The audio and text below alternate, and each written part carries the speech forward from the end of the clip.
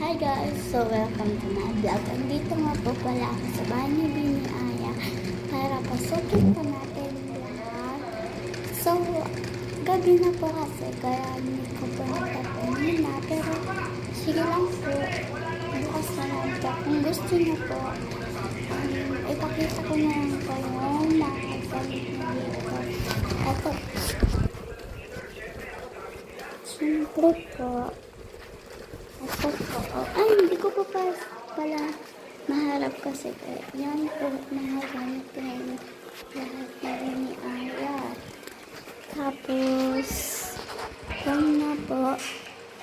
Medyo mahiga na po si Bini Aya sa kwarto na. Tapos ko mag-isa dito. Tapos, para po maglakad-lakad. Ito po yung CR ni Bini Aya. Tapos, ako naman po dito sa kwarto. So, naman po sila mama dito.